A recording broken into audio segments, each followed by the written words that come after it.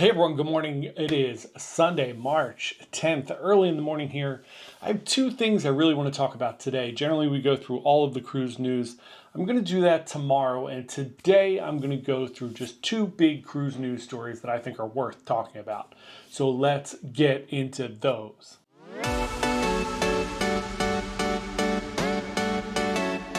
Hey everyone, John here from Bite Size Cruises. Welcome back to the channel again. Good morning. It is March 10th. Not a lot going on in the old sports world.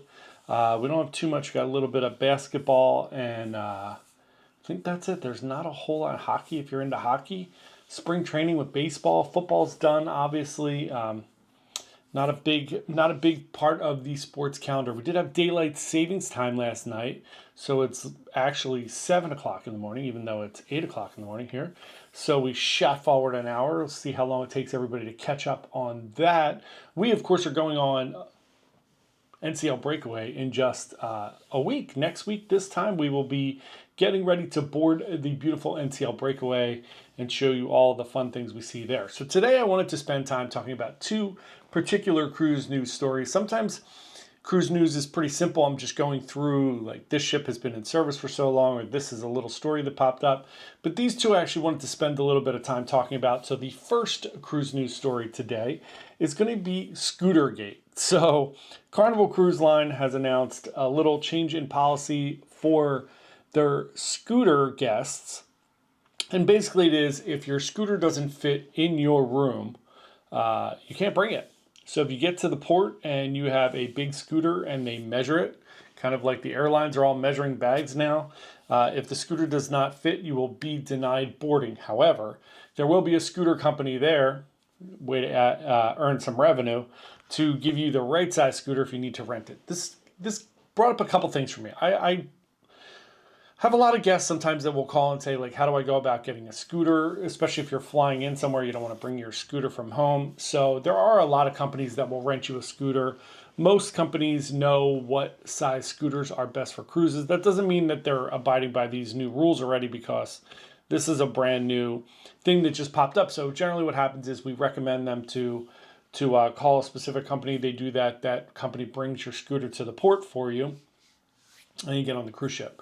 So now there's going to be a scooter company there. I'm sure that's going to be a premium price, but it will be good to get the actual measurements of, like, making sure this thing fits in your room so you know what can actually fit in there.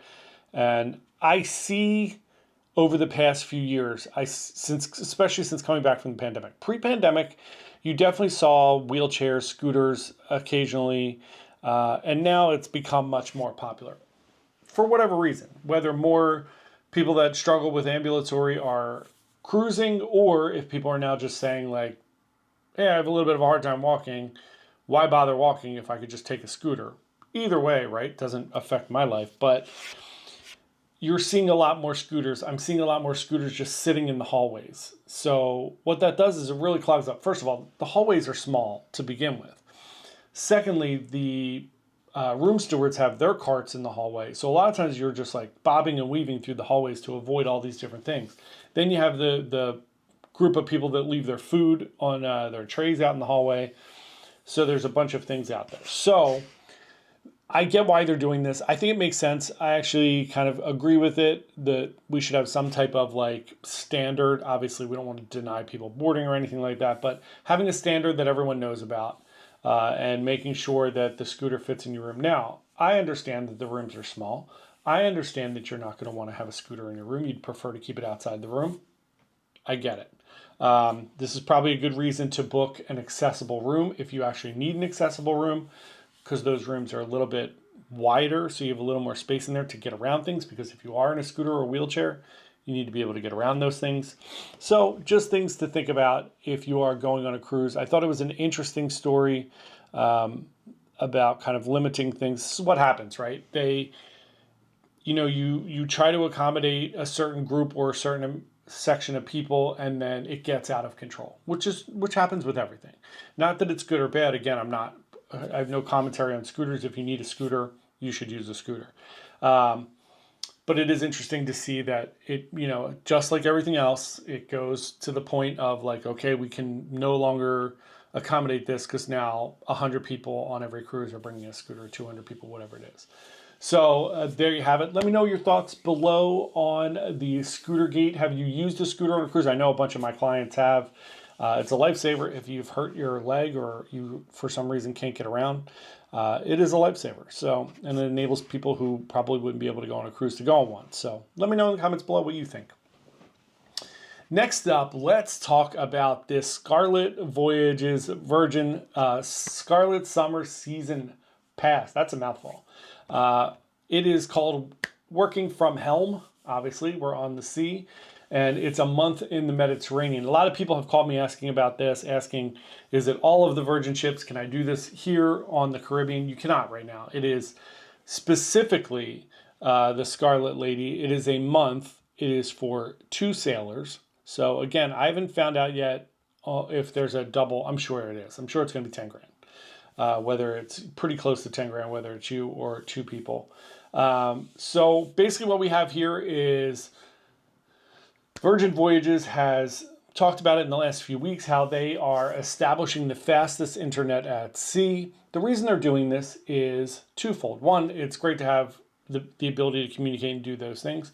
Also, they tend to market to that millennial and Gen Z crowd. Not that myself as a Gen Xer can't go, but that's their target audience for the most part, and those people want to remain connected while they were on vacation, as do most of us at this point.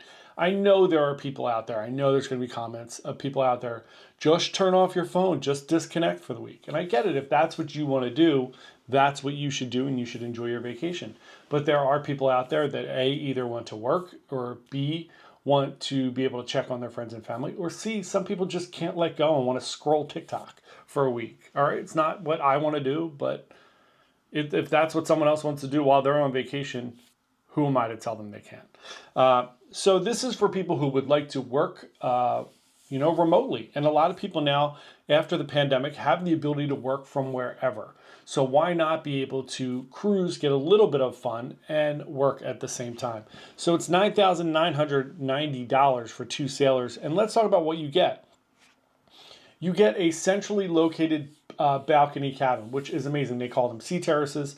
So you get a centrally located sea terrace. You get the hammock out there on your balcony, which is awesome. You get premium Wi-Fi, which means you can connect multiple devices. You can stream, you can take video calls, you can do all those things. And again, they are now really bolstering their internet to have the fastest internet at sea. So it's going to be a much nicer experience. You get wash and fold laundry service. You get early access to your dinner reservations and different things like that, so you can square away those things. You get a dedicated concierge service pre-trip and on board to help you with anything that you need help with. You get access to Richard's Rooftop, which is a members-only sun deck. You get $10 coffee credit per day, which I think is really nice, right? If you're working, you're going to want that coffee every day. So you get a $10 coffee credit. That's going to give you like 2 specialty coffees, or almost 2 specialty coffees. And then they have a little welcome party with champagne when you go. Now, you can do this in June, July, August, or September. Unfortunately or fortunately, there are little restrictions. You have to go in that little pocket. You cannot sail for 2 of the weeks or 3 of the weeks. If you do leave for any reason, there are no refunds. So you're paying for the month, you're getting the month. You're going to go to 9 unique ports in the Mediterranean. Keep in mind, this is in the Mediterranean. So it's not even like I'm just going to like the Bahamas or anything. You're out in the Mediterranean. You're going to Italy, you're going to Spain, all these different amazing places. You're going to visit 9 ports, and you're going to visit them twice over your month-long cruise. So you're going to visit basically 18 stops on your cruise here. So if you do miss one of them because you're working or you're caught up with doing something, you are going to have the chance to go back to that port, so you can kind of work your schedule around that. I think that's really, really, really awesome. And again, you could do June, July, August, or September. I think this is an incredible journey. You're starting off in Barcelona. You are then going to Marseille, Cannes, Palma de Mallorca. You're going to Ibiza. This is a really, really, really, really interesting thing that they are doing. And I love the kind of thought process of working from a cruise ship, or just being able to spend a little more time. Not a world cruise, right? Not all this drama on the world cruise, but something that's a decent chunk of time where you can actually enjoy yourself and get some work done.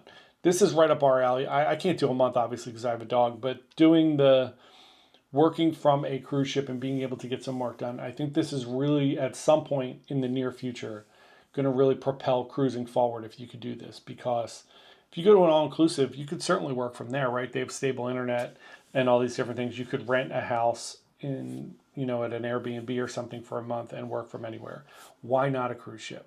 So that is our fun cruise news for the day. Let us know what you think about, one, working from a cruise ship, and two, taking a month-long cruise for 10 grand. That's a great deal. Remember, on Virgin, your food is all included. There are no additional food costs, no specialty dining. They're all restaurants. Your internet is included. The only thing you're going to pay for are drinks, and I'm assuming they're going to give you some type of a bar tab on that, just a little bit. So really, really interesting. And if you're working, you're not going to be drinking all that much anyway. So let me know what you think on that on below. And everyone have a wonderful Sunday. Enjoy the rest of your day with your family or your friends. Hope you have a great day. And thanks so much for watching. We'll see everybody tomorrow. Bye.